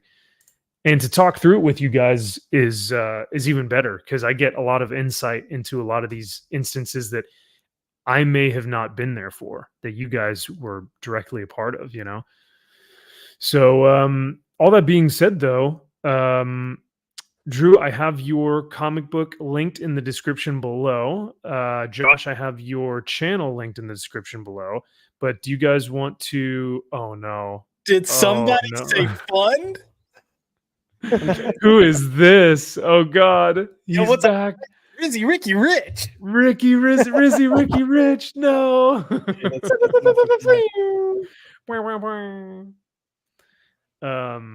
Yeah, I agree, Jack. Sparrow and Josh really have a ton of insight. And I think Drew is like, dude, like the fact that you remembered stuff like Matthew Rosenberg's name, like little things like that, where I'm just like, I would never, I would have to research for like an hour before I actually found what his name was. So, yeah, love all three of these guys on the show, really giving their insight to a lot of these, documentations of a downfall, as you will. So, if you will. So, but yeah, you guys got anything else before we take off for the evening? Check out Unholy Nightmare. Yeah. Go check out hey, go check out Pop by Culture. We have a new show debuting tomorrow. If my internet will cooperate and let me export this hoe. But Marvelous Monday, and I've got Drew. He's one of my YouTube Avengers, and we have Naughty and Shieldwall. But we're talking Captain America, the first Avenger. So good time. A lot of good conversations too. And we try to structure it a little differently than like a review or just running through the movie as a whole. So hopefully it feels a little different. We got clips worked in there, so come check it out. And then subscribe to my channel if you haven't already. I'll love you forever. Josh, he'd love you a long time. He really will. When I subscribed to his channel, I got like 3 different emails that same day, and I was like, "It's fine, dude. Like, I really don't need anything. It's okay." He's like, "No, I have to, I have to be persistent." But yeah, well, I mean, look, I made sure I slid into every DM possible for Max. So there we go. Oh, I thought you were gonna slid into something else. But yes, you're my DMs, all my DMs. Jesus, I'm not that bad. God. But no, yeah, please go subscribe to Josh. Like I said, his channel's in the description. And this Marvelous Monday thing, I'm so upset that I was not able to take part in this one, because Cap, the First Avengers, is a great movie. I really enjoyed that film. And so I'm excited to see what these guys actually have to say about it. And the video that Josh is going to come out with is going to be super, super great, because he's already been putting a ton of time and effort into this thing behind the scenes. So I am looking forward to that. But hopefully one of these days I can actually join you guys, because I would love to actually watch a movie with you guys. Maybe Thor, or Guardians. Thor: Love and Thunder. Yeah, I can see Thor: Love and Thunder. You watch Thor: Love and Thunder? Okay. No, wait, hold on a second. Up for that deal. I think Captain Marvel's coming up by the end of the year. We'll loop you into that one. Oof. Yeah. Maybe, you know what? I think my favorite one. Well, everyone's gonna want to do Captain America: Winter Soldier. That one's so damn good. So yeah. Well, I'll find a spot for me. Look, we've got the core 4, most likely core 5, if Aaron's schedule kind of ends up working out with us. But we're looking to have at least another person or two in the future for each video. So okay. When you're I'll sneak my way in there. When you're not being a little Billy Madison, we'll see if you want to come join us. A fucking nerd, you can say it. Get your book learning done. Yeah, so I do have school, but so yeah, y'all should go check out Josh's channel, and then everyone should also go check out Drew's book, because as we've talked about tonight, there are plenty of books out there right now that are just absolute trash. And unfortunately, we're not really seeing a lot of stuff that's going to change, because we're going to get this. So if you don't want this, go back Drew's book, Unholy Nightmare, because it's got a little bit of everything. It's got horror, superhero, action, mystery. It's got it all. And straight dudes. Straight dudes, yeah, that's true. That's true. And we got some great covers for a book, and I'll tell you guys off stream later. I got a certain cover lined up. I'll tell you who it is after this. Dang, I can't wait. Yeah. I can't wait. Yeah. So I like secrets. Secrets. Oh, what is The Office? There's an Office quote: secrets are no fun. Secrets hurt someone. Oh, I was going the elf route. I like secrets too. Oh, okay, yeah. Isn't that what he says? I like secrets too. Fine. I haven't watched Elf in forever. Yeah, it's been a while. After Will Ferrell was like, "Women need to rule the world," I was like, "Okay." Oh God. Josh, yes, nervously takes a sip of water. Anyway, we will end it there. But thank you guys again for hanging out with us this evening. More document of a downfall is what I keep hearing from you guys. So we will continue to do that more towards maybe the end of the show after covering some like more recent news and topics like that. But chat, you guys are always awesome. Thank you for everyone who is a member. Thank you to everyone who donated tonight, tipped us. I always love seeing that support. And thank you everyone in the chat for supporting, and all you lurkers out there. I know I don't mention enough the lurkers, but my first like probably 2 or 3 years on YouTube, I was a lurker. I didn't chat. I didn't do anything. I just watched the videos. So all you lurkers out there, I love you guys too. What a 'Cause creeper. I know how you feel. I was there once. So Ryan, yes, I saw your comment the other day. Dude, this makes me so happy. Thank you so much. I'm so glad that we've got such amazing people that are supporting the show and are really, really enjoying the entertainment. But it couldn't happen without you guys. So I truly appreciate it. So all that being said, we will see y'all next week for weekly comic wrap up on Friday, model building with Kara, X-Ray, and Steph, Warhammer stuff Sunday morning, and Max's Man Cave Sunday evening. So, and we will most likely have Beardo Magnifico with us, Mr. Aaron Sparrow as well. So, Hoorah. Hoorah. Semper Fidelis, or as we would joke around and say, Semper Fidelio. For some reason, it just sounded funny. So, or Semper Flexibus, which means always flexible, which is something that you have to be in the Marine Corps. So, for how many ways you get fucked. So, no, I'm kidding. All right. Have a good night, guys. Thanks again. Reject modernity and embrace your legacy. We'll see you all next week.